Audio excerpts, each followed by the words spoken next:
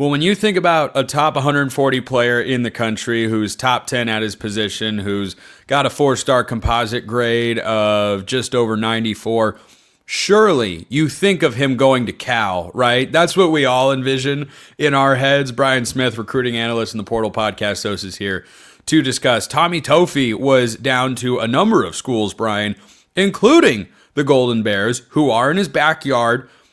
Archbishop Riordan kid. I covered that high school when I was doing broadcast in college, and it's not that far.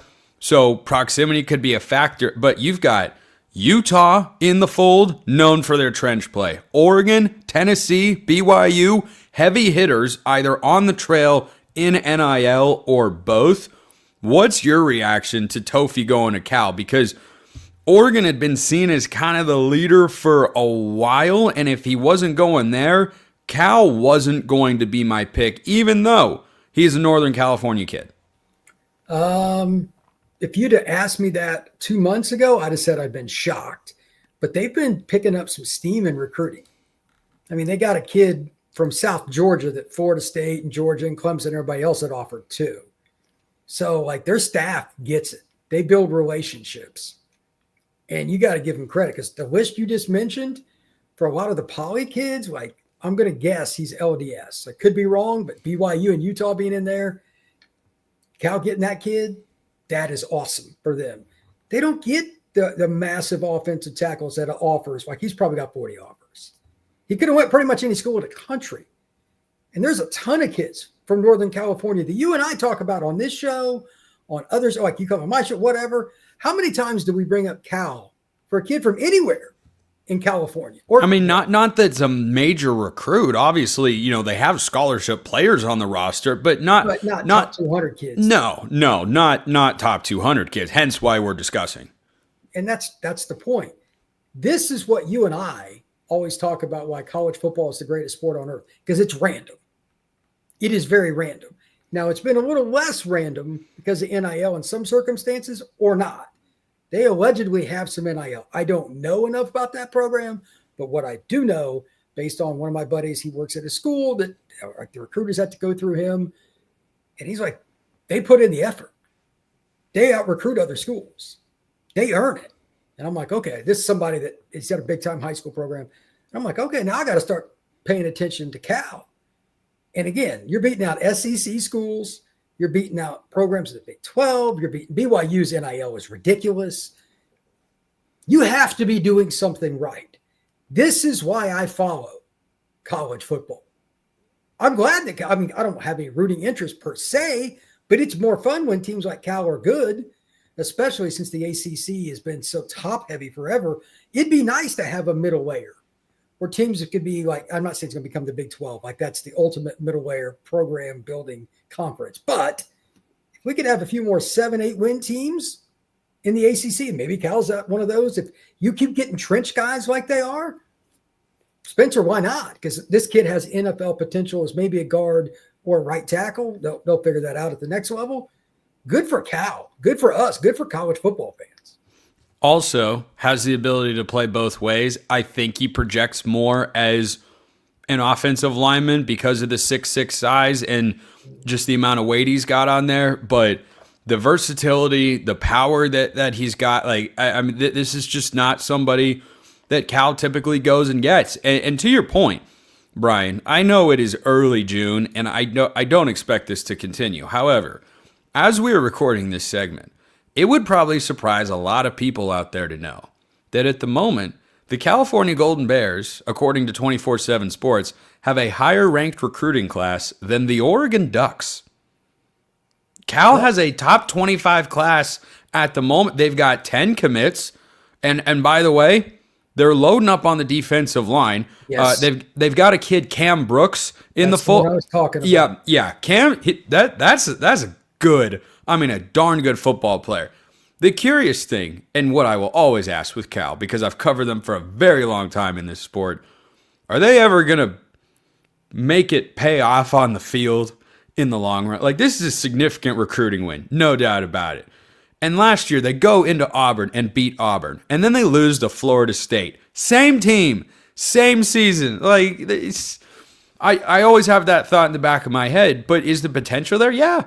And to your point about the ACC, it would be better for the sport if it wasn't seen as, well, it's two teams and everybody else. Like, give me a good Louisville. Give me a good Duke. Give me a good Cal. Give me SMU and Miami being good. Like, that conference being deeper, I think makes it feel a lot stronger. And this, this guy in particular, Tofi, on his own, he's not changing the entire program, but it's a noticeable step where it makes you turn your head and go, he went where? He was offered by Oregon, Tennessee, and BYU.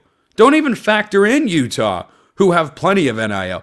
Those three schools have more NIL capability than Cal. But Cal clearly doesn't have none, or I don't think he would be going there. So I'm with you. I think it's a great pickup for Cal, and I think that's an awesome thing to see. Yeah, I'm glad, and I want more of it. I want teams like Cal or Oklahoma State or Michigan State to start picking up again. It's more fun when those programs are winning, especially when in November, when they matter, when those big games, those rivalry games happen, like Utah, BYU, etc. Like BYU used to be bottom feed, like BYU, they're going to be. Now Utah, they've been good for a while. It's cool. Maybe it's Cal's turn to be that school. Who knows? But if you recruit players like this, obviously it's a lot easier to get that done. Yeah, it definitely is. We're going to continue to call it on this show the Ron Rivera effect. And Brian, I want to get you out of here on this. You were telling me before we hopped on to record about a flip from Wisconsin, that one player doesn't mean everything, but one player doesn't mean nothing either. And Luke Fickell is, I think, on the hot seat if he doesn't make a bowl game this year.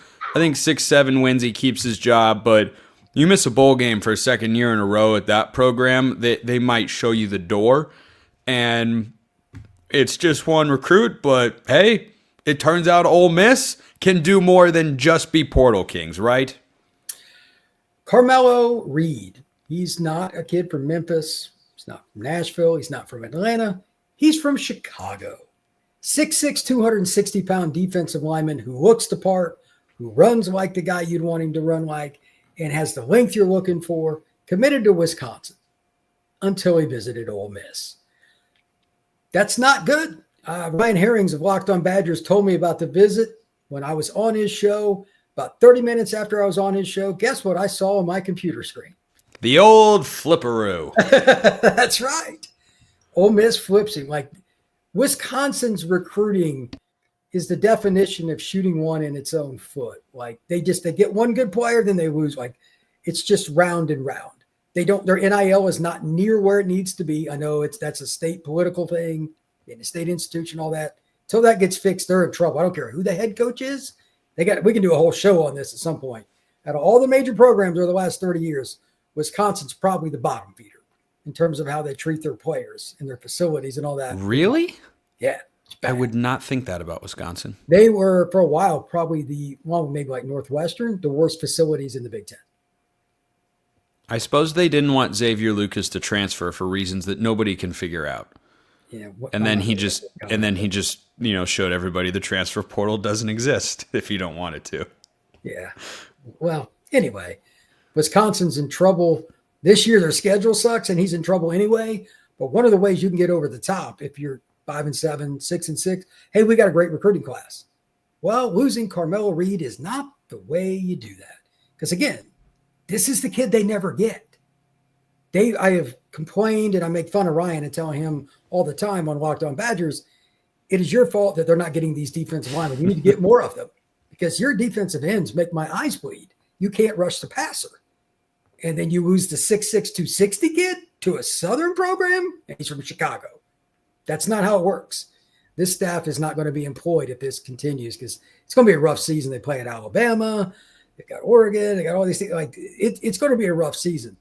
I don't feel real good about them being in Badgerland much longer. Brian Smith, longtime recruiting analyst, the Portal Podcast. Check him out on YouTube and wherever you get your podcasts. That's it for today. Appreciate everybody listening. I will see you next time. And until then, hope you have a wonderful rest of your day.